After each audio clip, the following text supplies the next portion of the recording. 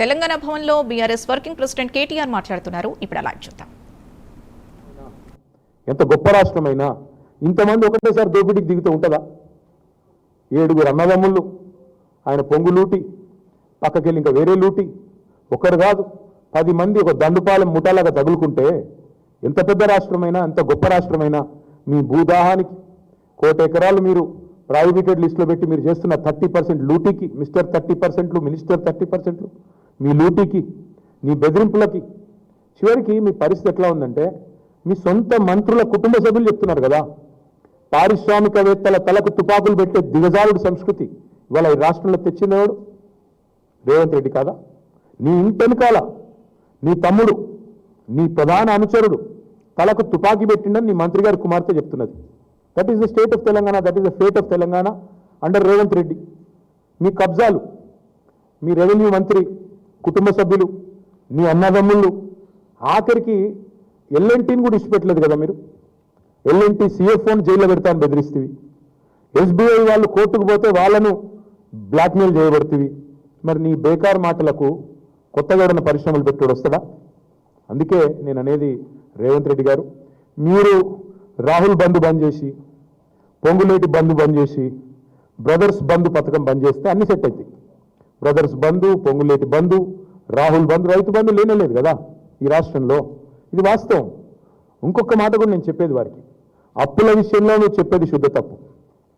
అట్లాగే మీరు నెల నెల కడుతున్న మిత్తిల విషయంలో నువ్వు చెప్పేది శుద్ధ తప్పు. సంపద విషయంలో కూడా నువ్వు చెప్పేది శుద్ధ తప్పు. తెలంగాణ వచ్చినాడు నెలకు తెలంగాణ యొక్క రెవెన్యూ 2014లో అధికారంలోకి వచ్చిన కొత్తలో నెలకు 4,000 కోట్లు మాత్రమే తెలంగాణ రెవెన్యూ. అదే నేను దిగిపోయినాడు నెలకు 18,500 కోట్ల రెవెన్యూ పెంచి, అంటే 4.5 లక్షల కోట్లున్న జిఎస్డిపిని, గ్రాస్ స్టేట్ డొమెస్టిక్ ప్రోడక్ట్ని 15 లక్షల కోట్లకు తీసుకుపోయి, అంటే రాష్ట్ర సంపద పెంచి 4,000 కోట్లు నెలకు వచ్చే పరిస్థితి నుంచి 18,500 కోట్లకు తీసుకొచ్చి నీ చేతిలో పెట్టినాం. మరి ఇంకా కూడా సిగ్గు లేకుండా అప్పుల మీదే తప్పే నువ్వు చెప్పేది, తప్పుడు ప్రచారం. సంపద మీద నువ్వు పెంచేది తప్పుడు మాటలే, సంపద మీద చెప్పేది తప్పులే. ఈ అన్నింటికి మించి మళ్ళీ రైతు బంధు విషయంలో కూడా మీరు నిన్నటికి నిన్న మీరు మాట్లాడిన దిగజారుడు మాటలు 1-2 కాదు, ఎన్ని తప్పుడు మాటలు నిన్న కూడా. రాష్ట్రంలో అంటే ఈయన వచ్చినాక రైతులకి ఏదో గొప్ప పని చేసినాడంట. ఏం గొప్ప పని చేసినావా నువ్వు? వాళ్ళ రాష్ట్రంలో ఏ రైతులు అడుగుదాం చెప్పు. ఎంత మీరు ఎగ్గొట్టిందంట ఇంతవరకు? ఈ రోజు వరకు కాంగ్రెస్ ప్రభుత్వం వచ్చిన తర్వాత ఎగ్గొట్టింది ఎంత అంటే అక్షరాల రైతులకి, ఓన్లీ రైతులకు నేను చెప్పేది, వేరే వాళ్ళకు కూడా కాదు, 1,13,000 కోట్లు రేవంత్ రెడ్డి గారి ప్రభుత్వం ఎగవేసిన సొమ్ము ఎంత అయ్యా అంటే ఓన్లీ రైతాంగానికి 1,13,000 కోట్ల రూపాయలు. ఎట్లా ఎగవేతల ప్రభుత్వం ఎగ్గొట్టిన పైసల లెక్క ఎట్లా అంటే, రైతు బంధు పేరిట మీరు ఎగనామం పెట్టింది సరిగ్గా 30,000 కోట్లు. ఓన్లీ రైతు బంధు పేరిట మీరు ఎగ్గొట్టింది 30,000 కోట్లు. కౌలు రైతులకు కూడా కలిపితే మీరిచ్చిన హామీయే కదా 100 రోజుల్లో కౌలు రైతులకు కూడా ఇస్తామని. కౌలు రైతులకు కూడా కలిపితే 22,500 కోట్లు. 30,000 భూ యజమానులకు, కౌలు రైతులకు 22,500 కోట్లు.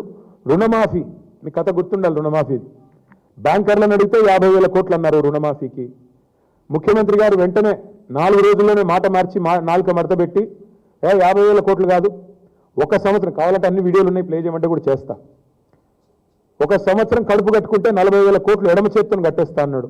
అంటే ముఖ్యమంత్రి లెక్క 40,000 కోట్లు. క్యాబినెట్కి వచ్చే వరకు 31,000 కోట్లు అయింది రుణమాఫీ. అక్కడికి వెళ్ళి బడ్జెట్కి వచ్చే వరకు 26,000 కోట్లు అయింది. చివరికి వాళ్ళు చెప్తున్న లెక్క నిజమే అనుకుంటే కూడా అల్టిమేట్గా ఆగింది 20,000 కోట్ల కాడికి. వ్యవసాయ మంత్రి గారి లెక్క 20,000 కోట్లు. ఒక్కొక్కరిది ఒక్కో పాట. బ్యాంకర్లు 50,000 కోట్లు, సీఎం 40,000 కోట్లు, క్యాబినెట్ 31,000, బడ్జెట్ 26,000, వ్యవసాయ మంత్రి లెక్క 20,000 కోట్లు. అంటే అందులో కూడా మీరు రైతు రుణమాఫీలో ఎగ్గొట్టింది 29,500 కోట్లు ఎగ్గొట్టింది. రైతు కూలీలకు మీరు పంగనామం పెట్టింది 15,000 కోట్లు. పంటల బోనస్ను బోగస్ చేసి ఎగ్గొట్టింది